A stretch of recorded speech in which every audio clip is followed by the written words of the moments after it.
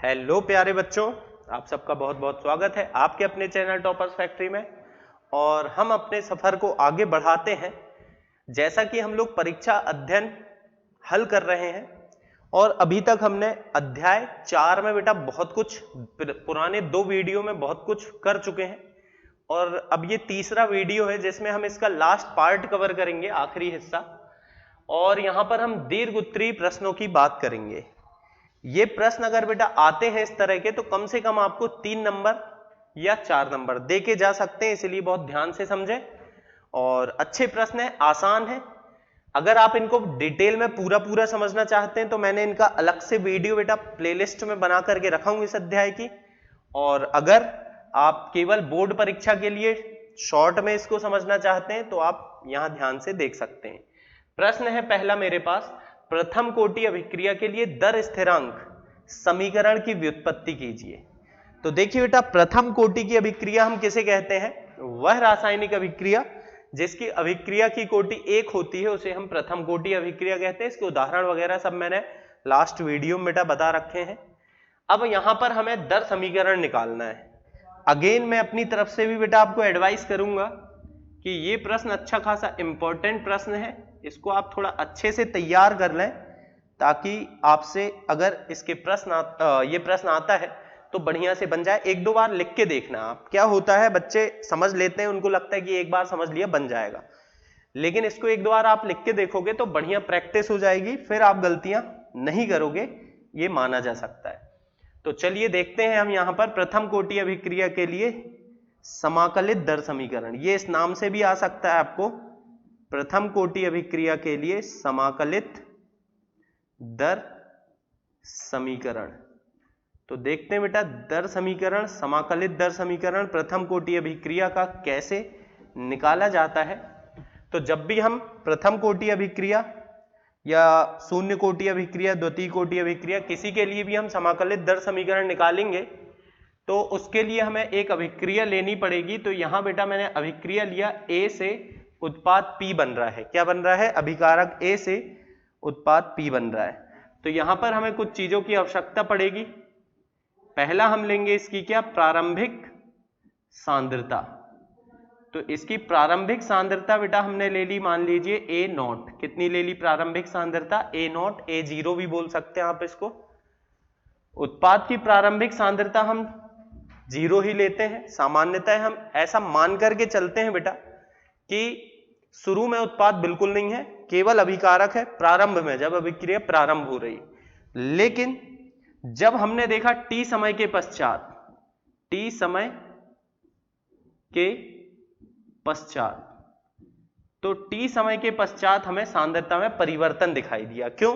क्योंकि मेरे अभिकारक का कुछ हिस्सा उत्पाद में बदल गया, यानी कि अभिकारक जो था A0 वो कुछ कम बचा, A0 माइनस AT बचा बेटा।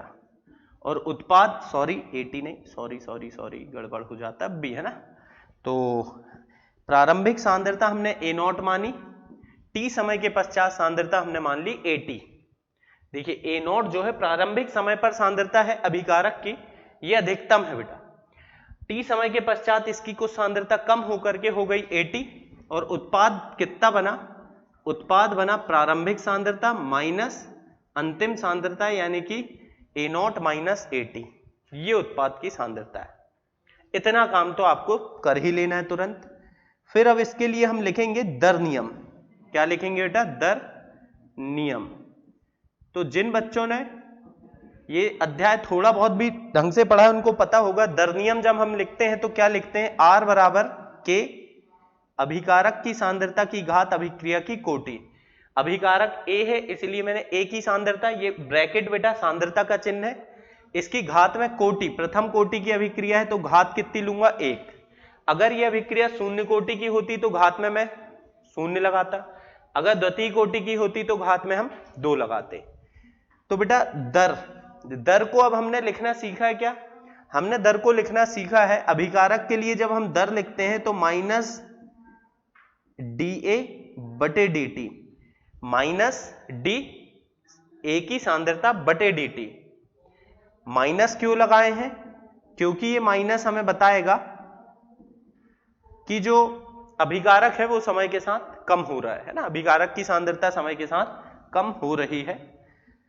तो अब क्या कर रहा हूं बेटा, थोड़ा सा मैथ्स वगैरह है हल्का फुल्का, बस माइनस डीए बटे ए की सांद्रता। देखना आप मैंने क्या किया, ये ए उठा के यहां ले आया बराबर के dt, ठीक है।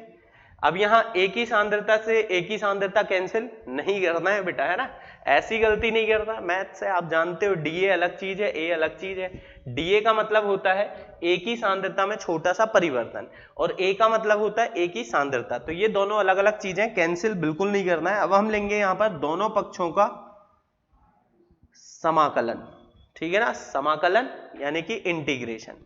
लेकिन यहां लिमिट लगानी पड़ेगी भाई साहब मुझे। लिमिट किसके सापेक्ष लगती है मैं आपको बता देता हूं, जिसके साथ डी लगा रहता है, जैसे डी ए की सांद्रता, तो मतलब जो लिमिट लगेगी वो ए की सांद्रता के रूप में लगेगी। तो यहां ए की सांद्रता प्रारंभ में कितनी थी बेटा, प्रारंभिक सांद्रता थी ए नॉट, और अंतिम कितनी हो गई ए टी, तो ये लिमिट लग गई। साथ में यहां पर टी, देखिए डी जो लगा है टी के साथ लगा है, तो टी की लिमिट होगी 0 से टी समय तक, 0 से टी समय तक। अब इसका समाकलन करना है हमें, तो देखिए सबसे पहले याद होगा आपने किया होगा 1 बटे एक्स dx का समाकलन log x, क्या लिखा होगा बेटा, log x। तो यहां पर भी समाकलन जब हम करेंगे तो ये आ जाएगा 1 बटे ए, माइनस बाहर ले लो, माइनस को क्या करेंगे बेटा हम बाहर ले लेंगे, और 1 बटे ए की सांद्रता का समाकलन आएगा log ए की सांद्रता, और यहां पर आधार ई लेना है। आधार ई जब लेते हैं तो इसे हम प्राकृतिक लघुगुणक कहते हैं, कई किताबों में हो सकता है यहां बेटा ln लिख दिया हो, कैसा लिख दिया हो, ln, तो आप ln लिखो चाहे log आधार ई लिखो, बात एक ही होती है। और लिमिट रख देंगे कहां से कहां तक, ए नॉट से यानी कि ए 0 से ए टी तक, बराबर के तो नियतांक है बाहर आ गया। समाकलन करेंगे हम dt का, dx का समाकलन x होता है, तो dt का समाकलन होगा बेटा t, यहां भी लिमिट है 0 से t तक। अब जब हम लिमिट रखते हैं तो क्या करते हैं, upper limit minus lower limit, मतलब ऊपर वाली लिमिट माइनस नीचे वाली लिमिट, तो क्या होगा बेटा minus log base e, upper limit ऊपर वाली लिमिट मतलब 80 रख दो बेटा, minus lower limit A not रख दो, ठीक है, बराबर क्या होगा फिर के, यहां लिमिट रखेंगे upper limit minus lower limit, ऊपर है टी माइनस लोअर लिमिट 0, फिर माइनस, देखिए अब क्या करते हैं माइनस का अंदर गुणा कर देते हैं हम, तो माइनस माइनस का ये हो जाएगा प्लस, तो प्लस वाले को हम पहले लिख लेते हैं, प्लस वाला पहले आ गया, और माइनस वाला कहां चला गया बेटा, बाद में चला गया, बराबर के टी, टी माइनस 0 टी होगा, है ना।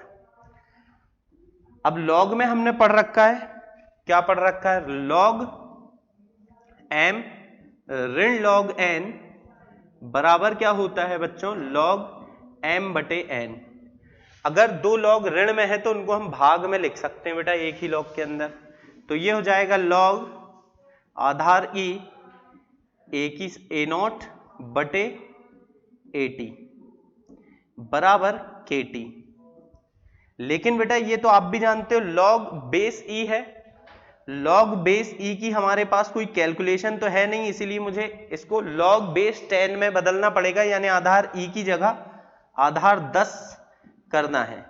जब भी मुझे आधार e की जगह आधार 10 करना होगा तो मैं 2.303 यानी 2.303 से गुणा कर दूंगा, तो ये हो जाएगा 2.303 log बेस e की जगह बेस 10 लिख दूंगा मैं, ए नॉट बटे ए टी बराबर के टी। और मुझे चाहिए दर स्थिरांक का समीकरण, मतलब कि के चाहिए बेटा, तो के बराबर क्या होगा, देखो टी यहां बटे में जाएगा 2.303 बटे टी log ए नॉट बटे ए टी। इस तरह से ये हमें मिल जाता है क्या, प्रथम कोटि अभिक्रिया के लिए, किसके लिए बेटा, प्रथम कोटि अभिक्रिया के लिए समाकलित दर समीकरण या दर स्थिरांक का समीकरण या दर स्थिरांक का सूत्र। इस सूत्र को आप याद भी रखें, क्योंकि इसके न्यूमेरिकल अगर आ जाते हैं तो आपको फिर सूत्र डायरेक्ट उपयोग में लाते बनना चाहिए, है ना। तो ये हो गया आपका प्रश्न नंबर 1। चलिए फिर अगला प्रश्न देखते हैं इसी बात पर हम। और अगला प्रश्न है बेटा जो मेरे पास, वो प्रश्न क्या कह रहा है, अभिक्रिया का अर्धायु काल क्या है, प्रथम कोटि के अर्धायु काल की गणना कीजिए। सिद्ध कीजिए कि प्रथम कोटि की अभिक्रिया का अर्धायु काल अभिकारक की सांद्रता पर निर्भर नहीं करता है। दो तरीके से यह प्रश्न पूछा जा सकता है। तो देखिए अभी अभी हमने इसका दर स्थिरांक बेटा निकाल के देख लिए हैं, समाकलित दर समीकरण कर लिए हैं। अब मुझे निकालना है क्या, अर्धायु काल। सबसे पहले आपको इसमें छोटी सी परिभाषा लिखनी होगी अर्धायु काल की। अर्धायु काल क्या होता है, वह समय जिसमें किसी रासायनिक अभिक्रिया का 50% हिस्सा, किसी रासायनिक अभिक्रिया के अभिकारक का 50% हिस्सा उत्पाद में बदल जाता है तथा 50% अभिकारक बचा रह जाता है। अर्थात वह समय जिसमें 50% रासायनिक अभिक्रिया पूर्ण होती है उसे हम क्या कहते हैं, अभिक्रिया का अर्धायु काल। तो ये परिभाषा तो आप लोग लिख लेंगे बेटा, है ना, लिख लेंगे ना। चलिए लिख ही देता हूं मैं, अर्धायु काल।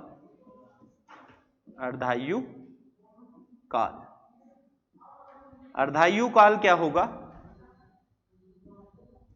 किसी रासायनिक अभिक्रिया के 50% संपन्न होने में लगने वाला समय क्या कहलाएगा बेटा, अभिक्रिया का अर्धायु काल कहलाता है। अभिक्रिया का अर्धायु काल कहलाता है।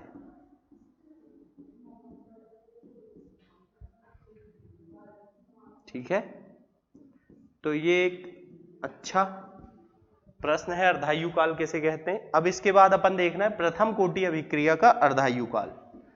तो हेडिंग डाल लेंगे आप, प्रथम कोटि अभिक्रिया का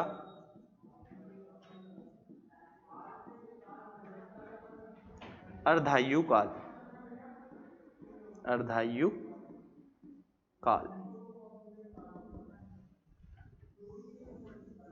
तो किसी प्रथम कोटि अभिक्रिया का अगर मुझे अर्धायु काल निकालना है तो हम, वैसे तो चाहूं तो मैं पहले दर समीकरण निकालूं और फिर दर समीकरण के बाद आगे बढ़ाऊं, लेकिन बेटा हम यहां दर समीकरण निकालेंगे नहीं। अब भी मैंने दर समीकरण आपको निकाल के दिखा रखा है, केवल आपको तो अर्धायु काल निकालना है, इसलिए उसी के आगे बढ़ेंगे। अगर बोले कि दर समीकरण की व्युत्पत्ति कीजिए तथा अर्धायु काल की गणना कीजिए तो पूरा काम करना है। अगर केवल अर्धायु काल पूछा गया है तो जैसा मैं कह रहा हूं आपको वैसा करना है। एक अभिक्रिया ले लिया हमने, अब बेटा प्रारंभिक सांद्रता लेंगे हम इसकी, जैसा अब भी किया था बेटा इसके पहले वाले प्रश्न में, वैसे ही करना है। प्रारंभिक सांद्रता, तो इसकी प्रारंभिक सांद्रता हमने मान ली कुछ A0, इसकी प्रारंभिक सांद्रता है 0। अब हम बोलेंगे सांद्रता ही लिख रहे हैं हम, लेकिन प्रथम या हम बोले सीधे बेटा अर्धायु काल के पश्चात, अर्धायु काल के पश्चात सांद्रता। तो क्या आप मुझे बता सकते हैं अर्धायु काल के पश्चात सांद्रता क्या होगी? सीधी बात है, आधी हो जाएगी। प्रारंभिक थी A0, आधी बची रहेगी बेटा, मतलब हो जाएगी A0/2, और ये भी आधी हो जाएगी। मतलब समझना, अर्धायु काल कैसे कहते हैं? प्रारंभिक सांद्रता को आधा होने में लगने वाला समय। अभिकारक की प्रारंभिक सांद्रता आधी बची और आधी उत्पाद में बदल गई, वही समय हमारा अर्धायु काल कहलाता है। अब हम लिखेंगे यहां पर, हम जानते हैं, क्या जानते हो बेटा आप लोग? आपको ही नहीं पता है ना। हम जानते हैं कि किसी प्रथम कोटि अभिक्रिया के लिए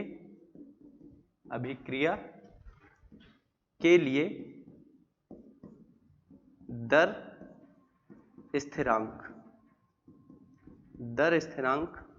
के बराबर क्या होता है बच्चों, 2.303 बटे टी लॉग ए नॉट मतलब बेटा प्रारंभिक सांद्रता बटे ए टी यानी टी समय पश्चात सांद्रता। लेकिन अब क्योंकि मैं अर्धायु काल की बात कर रहा हूं तो यहां के बराबर 2.303 बटे टी, टी की जगह टी हाफ लिख दे रहा हूं बेटा अर्धायु काल, लॉग प्रारंभिक सांद्रता तो ए नॉट ही है लेकिन टी समय के पश्चात जो सांद्रता है वो आ गई बेटा ए नॉट बाई 2, ए नॉट से ए नॉट कट गया और ये बटे में जो 2 है ये ऊपर चला जाएगा तो टी हाफ को मैं इस साइड ले आता हूं, टी हाफ बराबर 2.303 बटे के लॉग क्या बचा बच्चों, लॉग 2 बचा है ना। तो यहां से फाइनली आएगा टी हाफ बराबर 2.303 बटे के लॉग 2 का मान होता है बेटा 0.3010। अब ये मान आप याद रखें तो बढ़िया होगा है ना, डायरेक्ट आप निकाल सकते हैं फिर। और गुणा करने में ना उलझें आप, तो सीधे सूत्र याद कर लें कि गुणा करने में क्या आएगा 0.693 बटे के, और यही है बच्चों क्या, प्रथम कोटि अभिक्रिया के लिए अर्धायु काल। तो अगर ये प्रश्न पूछा जाता है तो इस तरह से आप इसको बढ़िया से करके आएंगे। फिर अगला प्रश्न है मेरे पास, निम्न अभिक्रियाओं के वेग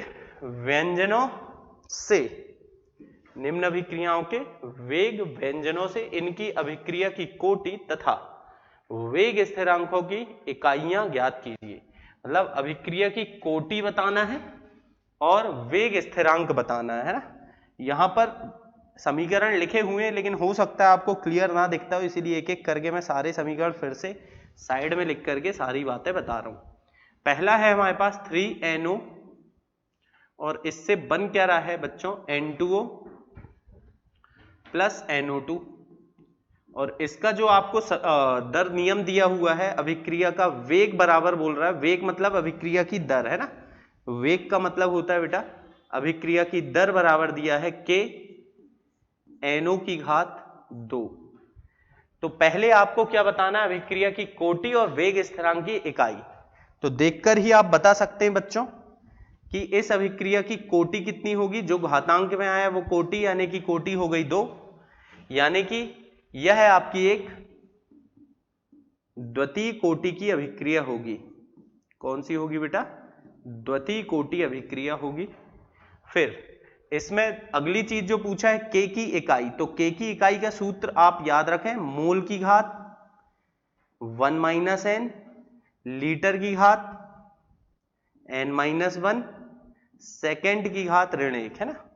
यहां कोटि 2 है, n की जगह 2 रख दें, जो भी n का मान है वो अभिक्रिया की कोटि है ना, तो n की जगह 2 रख दें तो मोल की घात 1 ऋण 2, लीटर की घात 2 ऋण 1 s-1, तो मोल की घात ऋण 1 आ जाएगा है ना। 1 ऋण 2 मतलब ऋण 1 और 2 ऋण 1 मतलब 1, सेकेंड की घात ऋण 1। तो ये आ गई इकाई। चाहे तो आप इसे ऐसा भी लिखा मिल सकता है तो ऐसे भी लिख लें, लीटर धन वाले को पहले लिख लें और ऋण वाले को बाद में लिख दें। ये हो गया पहला सवाल है ना। चलिए फिर इसका दूसरा देखते हैं बेटा, दूसरे में क्या बोल रहा है हमसे। दूसरा समीकरण जो आपको दे रखा है H2O2 का जलीय विलयन है और ये अभिक्रिया कर रहा है 3I- के साथ, I- भी आपका जलीय विलयन है और साथ में 2H+। ये एक बेटा रेडॉक्स अभिक्रिया हो सकती है, होगी ही, और बन रहा है 2H2O जो कि द्रव है, और साथ में अब ये मैं साफ कर दे रहा हूं, आप लोगों ने लिख लिया होगा, साथ में बन रहा है क्या I3-, ये जलीय विलयन में मिल रहा है। और इसके लिए आपको वेग दिया है, दूसरा सवाल है बेटा ये, वेग दिया है, क्या दिया है, वेग बराबर K H2O2 की सांद्रता और I माइनस की सांद्रता इस तरह से दे रखा है ना। और इसकी आपसे पूछा है अभिक्रिया की कोटि तथा दर स्थिरांक का इकाई। तो बेटा अभिक्रिया की कोटि कैसे निकालते हैं अपन, ये जो घातांक है इनका योग, यहां घात में कुछ नहीं मतलब एक होगा, घात में कुछ नहीं मतलब एक होगा, इनका योग करो 1 धन 1 2, यही क्या आ गई अभिक्रिया की कोटि।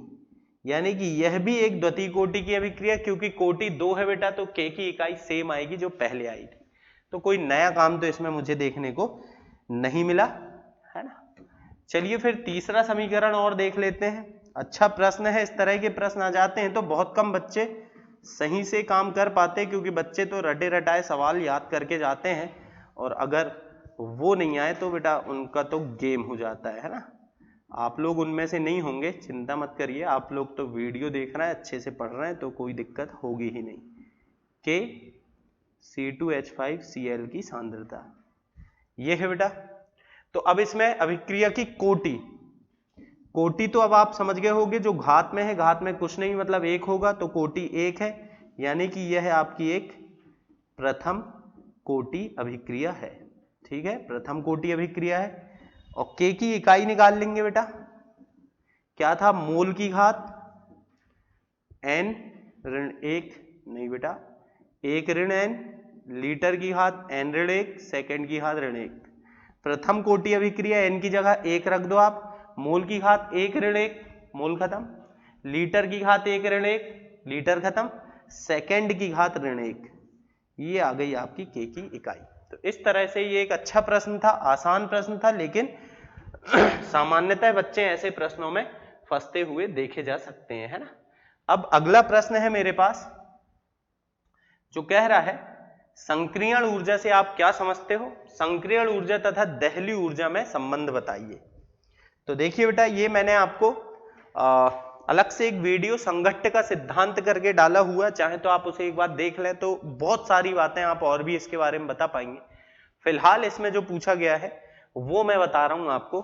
संक्रियण ऊर्जा, देखिए जो संघट्ट का सिद्धांत है वो ये कहता है कि जब अभिकारक के अणु आपस में टकराएंगे, टक्कर करके ये उत्पाद बनाएंगे। तो अभिकारक के सभी अणु टकरा करके उत्पाद नहीं बनाते हैं, अभिकारक के अणु टकरा करके उत्पाद बनाए, इसके लिए उन्हें एक कम से कम ऊर्जा की आवश्यकता होती है, एक न्यूनतम ऊर्जा की आवश्यकता होती है। तो वह न्यूनतम ऊर्जा जिसे प्राप्त करके अभिकारक के अणु उत्पाद में परिवर्तित हो जाते हैं, उसे हम क्या कहते हैं बच्चों, संक्रियण ऊर्जा। फिर से बोलता हूं एक बार कि वह न्यूनतम ऊर्जा जिसे प्राप्त करके अभिकारक के अणु आपस में टकरा करके उत्पाद का निर्माण करते हैं, उसे हम क्या कहते हैं, संक्रियण ऊर्जा। सही है भाई। और दहली ऊर्जा किसे कहते हैं, तो अब वह अतिरिक्त ऊर्जा नहीं बोलूंगा मैं, मतलब यहां हम अभिकारक की ऊर्जा साथ में लेकर के नहीं चलते, हम बोलते हैं वह कुल ऊर्जा जिससे अभिकारक उत्पाद में परिवर्तित होता है उसे दहली ऊर्जा कहते हैं। इसको ना थोड़ा सा पहले समझाने के लिए लिख तो लेंगे बेटा, लिखने में कोई बड़ी बात नहीं है, लेकिन अच्छा आप अच्छे से समझ सको उसके लिए मैं एक छोटा सा ग्राफ बना करके आपको ये बात बताता हूं, तो आपको कुछ मदद मिलेगी समझने में। एक ग्राफ हम बना रहे हैं ऊर्जा के लिए और अभिक्रिया की गति के लिए। इस तरह का एक ग्राफ बनता है, यहां पर एक अक्ष में हमने लिया ऊर्जा, जबकि दूसरी अक्ष में हमने क्या लिया, अभिक्रिया की गति, अभिक्रिया की गति। तो अब हम देखते हैं बेटा कि अभिकारक के अणु जो हैं उनके पास कुछ ना कुछ ऊर्जा तो पहले से ही है, हमने मान लिया ये ऊर्जा जो है ये अभिकारक के पास पहले से ही है, तो इसे हम बोलेंगे अभिकारक की ऊर्जा, अभिकारक की ऊर्जा। मतलब ये तो अभिकारक के पास पहले से ही है ना, ये ऊर्जा जो है अभिकारक के पास बचपन से है। और अगर मेरा अभिकारक का अणु जो है, जो अणु उत्पाद में बदलना चाहता है, उसको बेटा अपनी ऊर्जा बढ़ा करके इतनी करनी है, अगर वो इस ऊर्जा अवरोध को पार कर लेगा तो वो उत्पाद में बदल जाएगा। यानी कि अभिकारक के अणु को अगर उत्पाद में परिवर्तित होना है तो उसको इतनी ऊर्जा और चाहिए, पहले से इतनी है, और अगर उत्पाद में बदलना है तो इतनी और चाहिए है। तो ये जो अतिरिक्त ऊर्जा चाहिए है इसे ही हम बोलते हैं क्या बच्चों, संक्रियण ऊर्जा, और इसे EA से प्रदर्शित करते हैं। ये है आपकी क्या, संक्रियण ऊर्जा, संक्रियण ऊर्जा।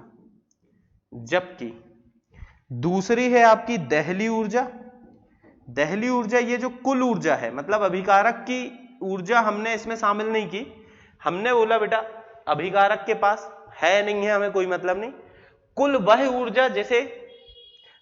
ऊर्जा जिससे अभिकारक उत्पाद में परिवर्तित होता है, इसे हम बोलते हैं दहली ऊर्जा। तो ये होगी बच्चों आपकी क्या, दहली ऊर्जा। तो यहां पर दो अलग अलग ऊर्जा है और इनमें संबंध अब आप बना लेंगे बेटा, इसलिए मैंने ये चित्र बनाया, ये ग्राफ बनाया। क्या होगा, ये EA इतनी ऊर्जा है, तो यहां पर दहली ऊर्जा कुल वाली, तो दहली ऊर्जा बराबर अभिकारक की ऊर्जा धन संक्रियण की ऊर्जा। फिर से सुनना, दहली ऊर्जा ये पूरी है, संक्रियण ऊर्जा इतनी है और अभिकारक की ऊर्जा इतनी है, तो दहली ऊर्जा बराबर अभिकारक की ऊर्जा धन संक्रियण ऊर्जा। तो ये संबंध भी बन जाएगा। तो परिभाषाएं मैं बोल दे रहा हूं, आप लोग सुन लें, अच्छे से लिख लें। पहले मैं मान लीजिए लिखना चाहता हूं क्या, संक्रियण ऊर्जा। तो वह अतिरिक्त ऊर्जा, वह न्यूनतम अतिरिक्त ऊर्जा जिसे प्राप्त करके अभिकारक के अणु उत्पाद में परिवर्तित हो जाते हैं, उसे हम संक्रियण ऊर्जा कहते हैं। फिर दहली ऊर्जा, वह कुल ऊर्जा जिससे अभिकारक उत्पाद में परिवर्तित होता है, उसे हम दहली ऊर्जा कहते हैं। और संबंध बेटा आप संबंध लिख लें, दहली ऊर्जा बराबर क्या लिखूंगा मैं, अभिकारक की ऊर्जा, अभिकारक की ऊर्जा धन संक्रियण ऊर्जा। तो इस तरह से ये आप लिख लेंगे। तो यहां पर बेटा अपना ये अध्याय होता है समाप्त। मैंने हर प्रश्न पूरी कोशिश किया कि आपको सही तरीके से अच्छी तरह से समझा सकूं, और आई होप आपको समझ में भी आ गया होगा। फिर भी अगर कहीं कोई डाउट है आपको किसी भी प्रश्न में, किसी भी तरह के टॉपिक में, तो आप वीडियो में कमेंट करिए। कमेंट बॉक्स में अगर आपका मैसेज आता है तो मैं जरूर आपके डाउट सॉल्व करूंगा। और आप किस चैप्टर का वीडियो पहले देखना चाह रहे हैं, किस तरीके का वीडियो देखना चाह रहे हैं, बोर्ड परीक्षा, नीट या JEE मेंस, उसके बारे में भी कमेंट बॉक्स में कमेंट करिए, मैं वही वीडियो पहले बनाऊंगा। चलिए तो फिर हम मिलेंगे अगले अध्याय के साथ। तब तक के लिए bye bye, have a good day. आप सबका बहुत बहुत धन्यवाद।